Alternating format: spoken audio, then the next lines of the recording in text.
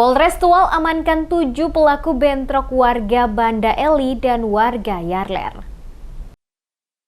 Jajaran kepolisian Polres Tual berhasil menangkap 7 orang pelaku yang diduga memicu terjadinya konflik antar warga Kompleks Banda Eli dan warga Kompleks Yarler, Kecamatan Dula Selatan, Kota Tual pada Sabtu 28 Januari 2023 di Kota Tual. Wakapolres Tual, Teddy, saat memberikan keterangan yang disampaikan kepada sejumlah wartawan dalam konferensi pers di markas Polres Tual pada Selasa 31 Januari 2023 menjelaskan pihaknya berhasil mengamankan 7 pelaku yang diduga sebagai pemicu terjadi konflik antar warga yang mengakibatkan sejumlah warga alami luka serta terbakarnya rumah warga. Sesuai keterangan awal yang berhasil dihimpun, pemicu terjadinya konflik di tempat usaha jualan es milik korban Junaidi Serang, warga Banda Eli yang berada di depan kantor Wali Kota Tual, di mana tersangka berinisial VYO dan AR dalam keadaan mabuk mendatangi tempat jualan bakso milik saksi korban Wawan Ernawan yang berdekatan dengan tempat jualan es milik korban Junaidi Serang untuk meminta pentol bakso. Namun ditegur oleh korban Junaidi Serang karena tidak menerima teguran dari korban. Tersangka VYO dan AR kembali ke Kompleks Yarler dan memanggil 5 teman lain menuju ke tempat jualan korban dan memukul korban Junaidi Serang. Saat ini ketujuh tersangka telah diamankan di sel tahanan Polres Tual guna menjalani pemeriksaan lanjutan dan mempertanggungjawabkan perbuatan mereka yang telah menyebabkan sejumlah warga mengalami luka, termasuk beberapa rumah warga terbakar.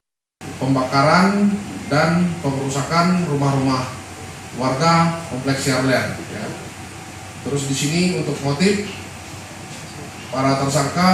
motifnya para tersangka tidak terima atas teguran korban. Terus pasal yang kita sangkakan yaitu 170 ayat 1, Junto 351 ayat 1, Junto 55 ayat 1 ke 1 KUH pidana.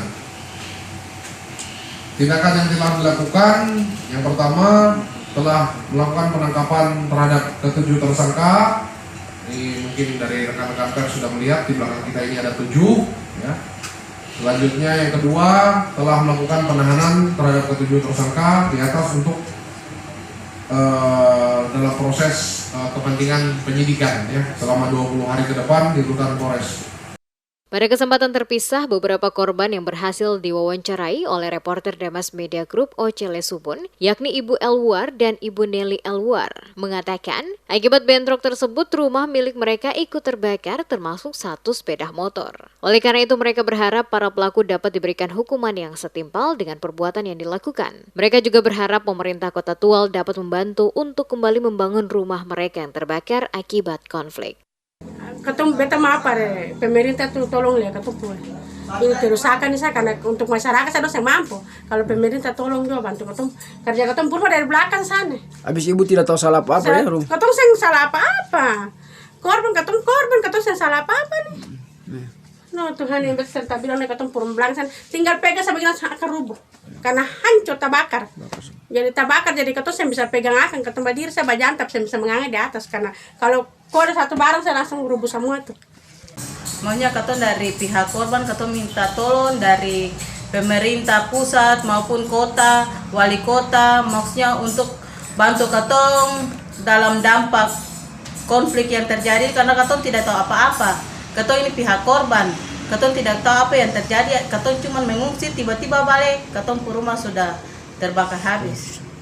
Berdasarkan data dan keterangan yang disampaikan oleh Kabid Humas Polda Maluku Emrum Ohoirat, akibat bentrok antar warga Komplek Banda Eli dan warga Yarler di Kota Tual, menyebabkan sejumlah rumah terbakar dan 13 orang terluka, termasuk di dalamnya anggota kepolisian setempat.